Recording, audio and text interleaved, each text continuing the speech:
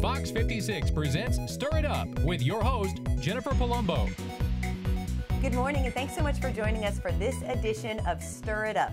This week, we are making an Italian minestrone soup, and I am joined by Monica Ireland. She is a senior at Sullivan University in the Culinary Arts program. Thank you so much for being with us this week. Thank you for having me here. Tell us a little bit about minestrone soup and why you think this is such a great dish to make. Well, minestrone soup incorporates a lot of seasonal vegetables, anything that's in season at time. Like right now, we have cauliflower, broccoli, plenty of squash.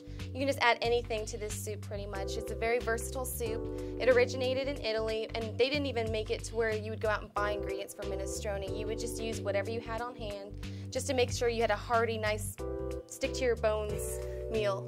It's a good soup to serve the family. Oh yeah, exactly. As a mini course or even just a full-on course just to fill you up.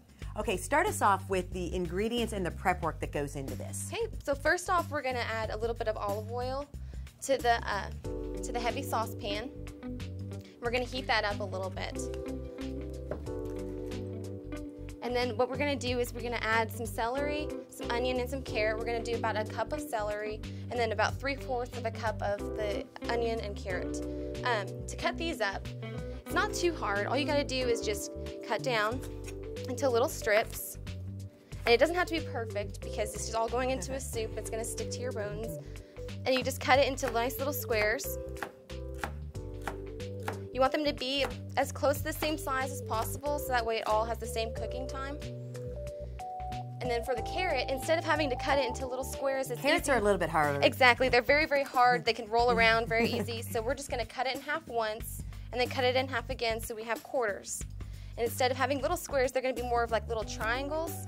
Can you be flexible about the vegetables that you're mixing into this soup? It's just kind of what you like and what you have available? And what you have on hand is just all you use. So what we're gonna do is we're gonna add all our celery, our onion, and our carrot to the soup, and we're gonna let that sweat.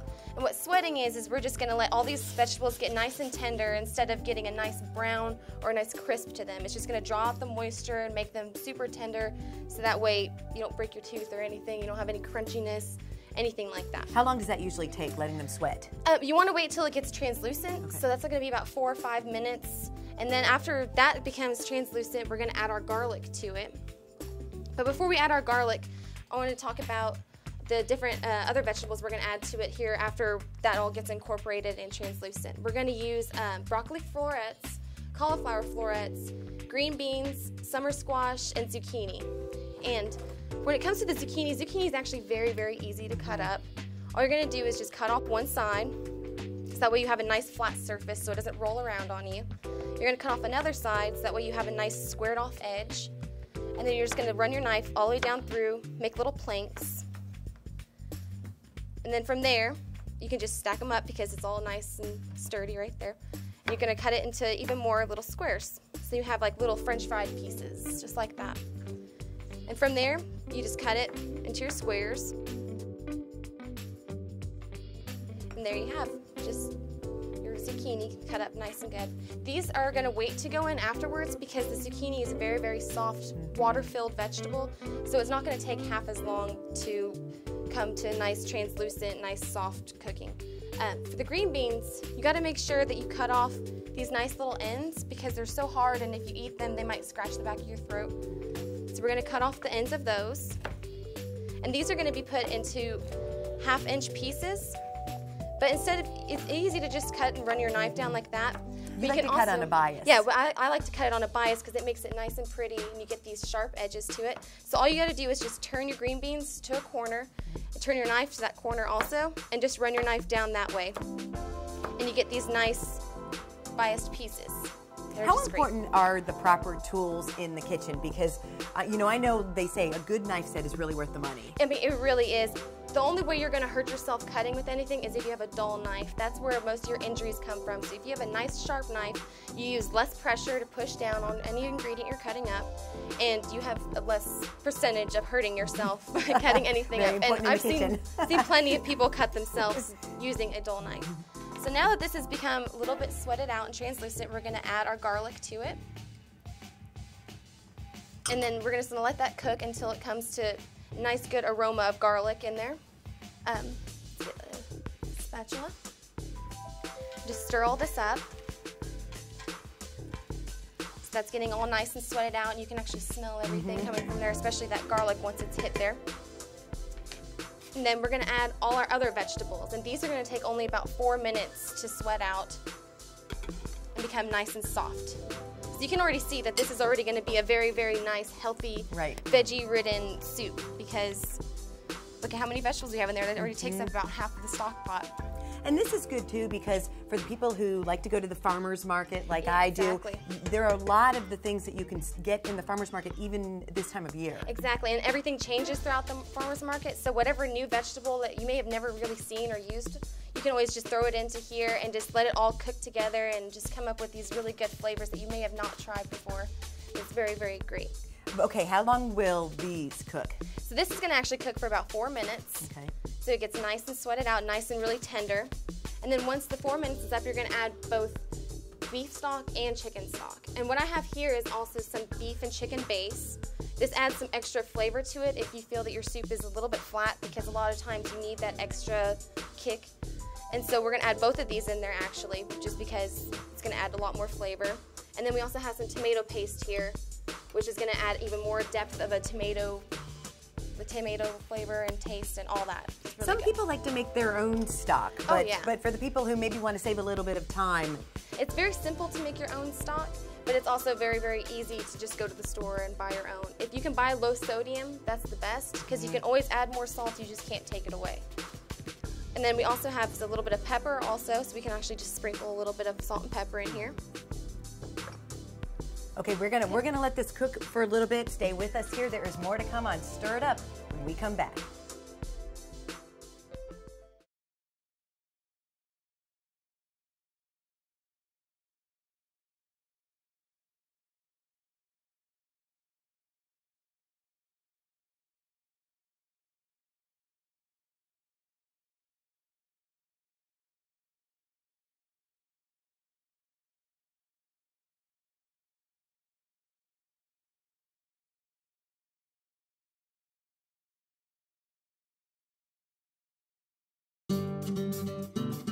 Welcome back to Stir It Up, where we are serving up an Italian minestrone soup. I'm here with Monica Ireland, and actually at Sullivan University you have themes, and Italian food is one of the sessions that you learn in school. Yeah, we actually have an international quarter where we go in, and each week we have a different country, and one of the weeks is actually Italy. So we get to venture from northern all the way down to southern and just do all sorts of different dishes just to learn about those regions. So it's great.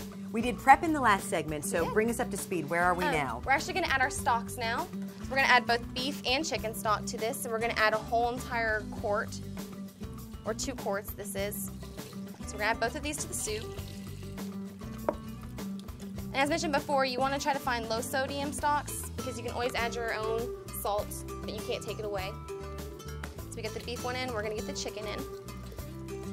You also mentioned if people want to make their own stock, that works as well. It's very easy to make your own stock, especially if you have any leftover bones of any kind of animal. You're also going to add some chicken and beef base here to add extra flavor. So we're actually going to use all of this here. That's kind of salty, isn't it? It is. This actually has a lot of salt in it, so you want to be careful and make sure you taste your soup before you add any extra salts to it. And then we're also going to add a can of diced tomatoes to this with the juice and everything. We're going to let that simmer for about 30 to 45 minutes probably. And then we'll add our cannellini beans and some more of the tomato paste, and then we're actually going to add kale too. But with kale, you have to rip off the rib of this because it's very woodsy. It doesn't really break down in the cooking process. It's hard to eat. So all you do is you just take it by the base and just rip it off. Rip it out of there. And then all you have to do is you have to soak it in water first to get all that extra grit and dirt off of it, so that way you don't add any of that dirt to your pasta. Kale is great too because it's really high in iron. I mean, this is a very healthy. Very, very healthy for you. So what we're going to do is we're going to add it to boiling water. And this is called blanching. So what we're going to do is we're going to add it to this boiling water and cook it down just for about a minute or two. And then we're going to take it off of the heat and we're going to put it into an ice bath. And this is what that does is it stops the cooking process and it doesn't keep continuing cooking when you're going to add it back to the soup anyways. Is there anything with blanching that people might do wrong that could mess up the recipe? You can always over blanch where you're actually cooking it instead of just preserving the color and just getting a par cook onto it. And you see how bright green that's getting, how nice and pretty. And so that's going to just sit there and cook for about a minute or two. We're also going to add our ditalini pasta, which is a very, very small pasta. If you can't find this at all, you can always use elbow macaroni. See, it's very just small. And we're only going to cook this for about 5 or 6 minutes. We won't want to fully cook it. We want to cook it to about al dente, which means to the bite. Because we're going to actually put this in an ice bath as well and just barely reheat it at the very end and then put it in the bottom of our bowls before we pour our soup on top. And then we also are going to add herbs at the very, very end of this. What I have here is a mixture of parsley, oregano, and then I have some basil right here. You want to wait to cut your basil because it oxidizes and it gets this nasty brownish black color that's just not very appealing. So we're going to cut this like fairly to the last before we throw it in. So we're also going to go ahead and throw some tomato paste in, just about 2 tablespoons to get more depth of flavor to this. And all of that is just going to simmer for about 30 minutes until it's finished cooking. We can actually pull this off. So what you do here is you're just going to strain it into a strainer. And you're going to put it straight into an ice bath. So that What way does the ice bath do to it? It's going to stop the cooking process of it. And so you just want to make sure it just quits, just quits cooking. So real fast, and you're shocking it there. And then you're going to go ahead and you're going to add it to here once the vegetables are nice and tender. But first you got to wring it out, get all the excess water. If you can't find kale, spinach works just fine. Okay. Escarole is also a very nice green to use. So we get all that excess water out. And we're just going to add it right into our soup. Mix that in. So whenever the pasta is about done, so we're going to go ahead and pull it off. Which I say it's about done. It's about done. We're going to take it off the heat. We're just going to pour it through a strainer.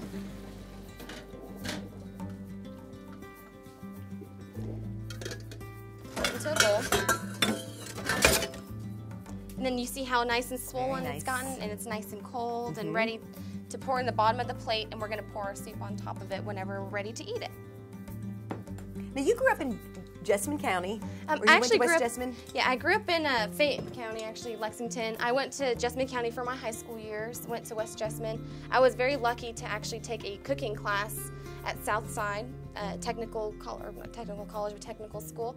It's in Fayette County, and they offered a culinary class, and I got a lot of exposure to that before I decided to go to culinary school at Sullivan University. And Sullivan University, how has that helped you, the culinary arts program? Because you get a lot of hands-on experience as well. Oh yeah, I mean, it was great because every single day you're cooking something, you cook something new and different.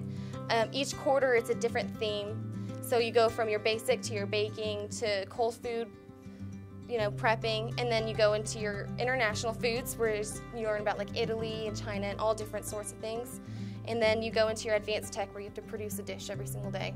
And you're actually working in a restaurant now, too. Yes, working for free is your last quarter. Working for free, yes. Working for free. But it's an amazing experience. I learned a lot that I've never learned before, and I'm very blessed to have that experience. And you're learning at Holly Hill Inn. Yes, Holly Hill. She's a very, very good chef. I'm very happy to be working with her. Chef Michael, one of the best. All right, well, we're going to let this simmer for a little bit. We're going to come back and check on it. So stay with us here. There is more to come on Stir It Up when we come back.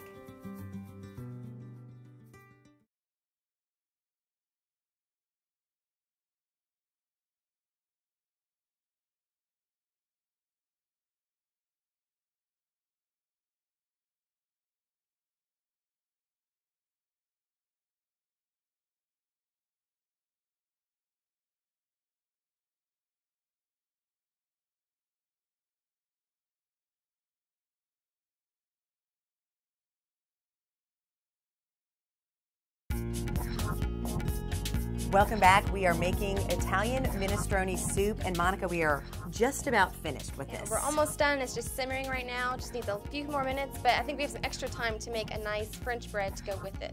All right. So we just come over here.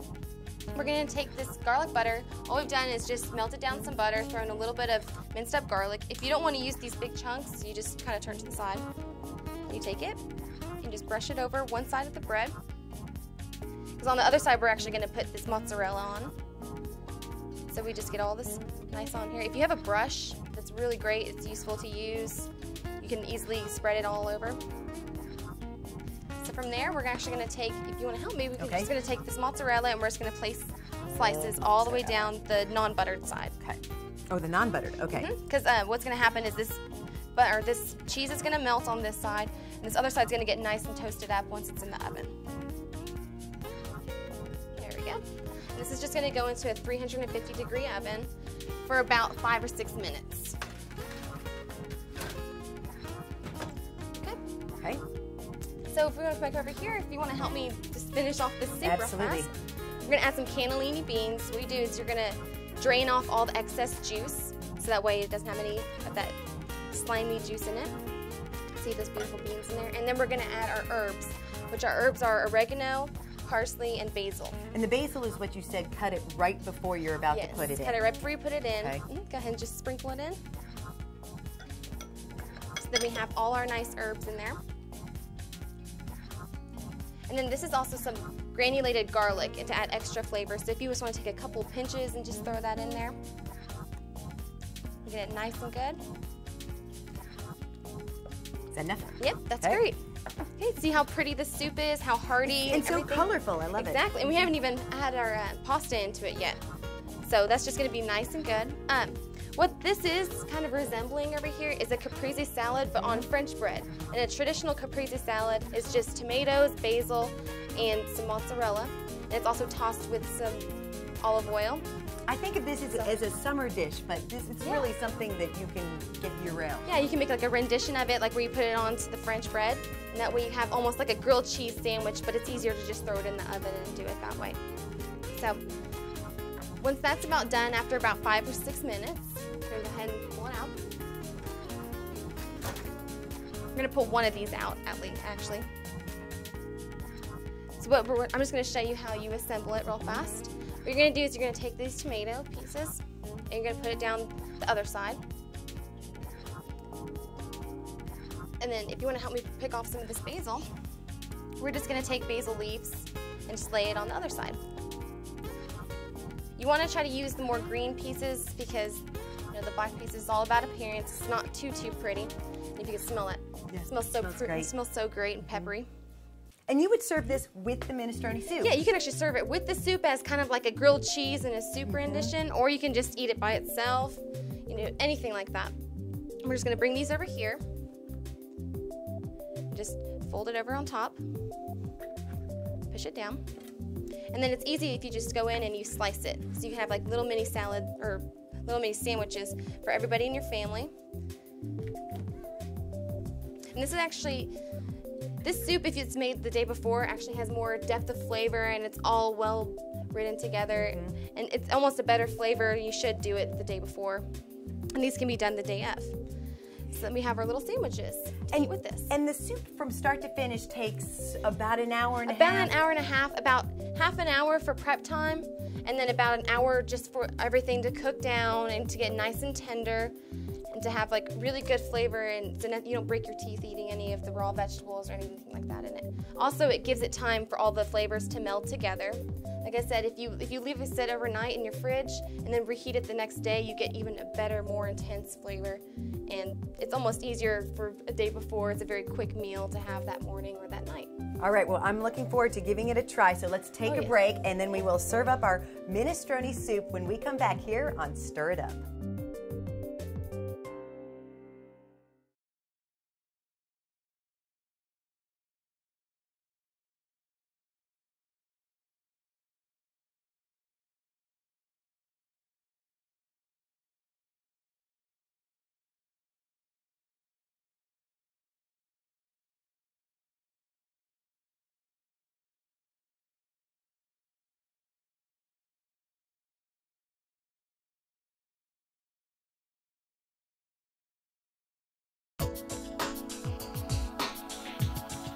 Welcome back. We are just about done with our Italian minestrone soup.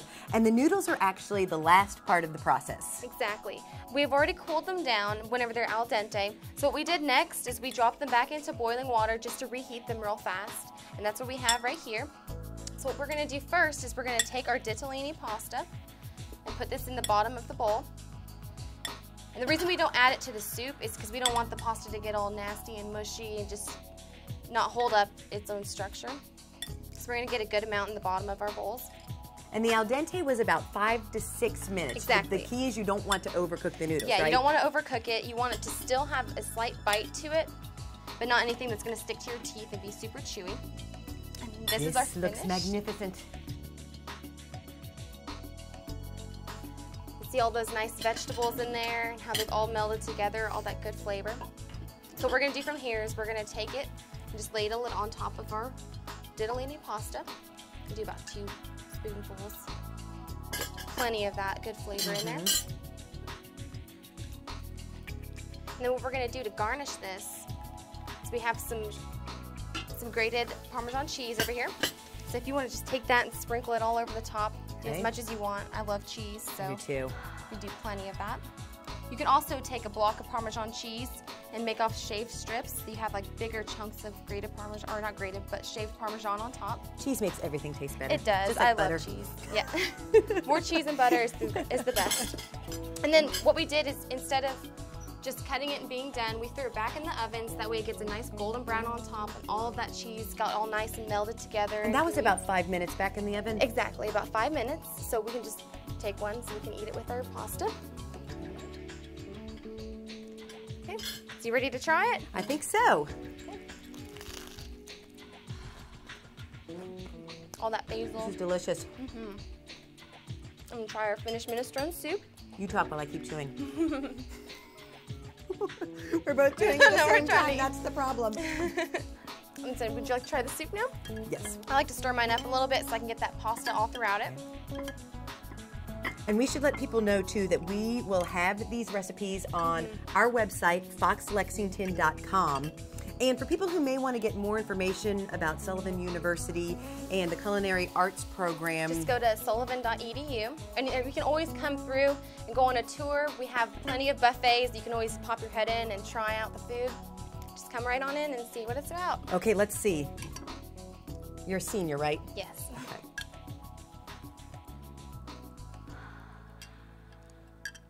It's delicious. And the day after really makes it all meld together. I think it's a great winter dish that's also really healthy, too. Oh, yeah. Extremely healthy. All right. Well, Monica, thank you so much for being with us this week. Coming up next week, we're going to have recipes for 3 great appetizers. Thanks so much for joining us here on this edition of Stir It Up. Let's keep eating. Yeah. That was great. I love this bread. And really, when you buy it in the loaf, you just do 6 minutes on one side, flip it over, do 6 minutes on the other side, and it's so good. I mean, I buy this bread probably at least almost every day or every other day. Is it just their It's bread? just in the bakery, and it says "Just Bake It" in a big orange sticker. Oh man, they have like the smaller baguette, or they have like the French bread. I always get the French bread; 'cause it's so big. And I eat it with camembert, which is just like brie but softer and more buttery. Yeah. It's so good. Okay. You will act like I'm holding the spoon. 1, 2, 3. Yeah, that's really good. Was it in focus? Okay, good. I think it's really good. You got your stirring. That's great. That's great. Yep. The Electrolux Luxury Kitchen has been provided by P-Rats.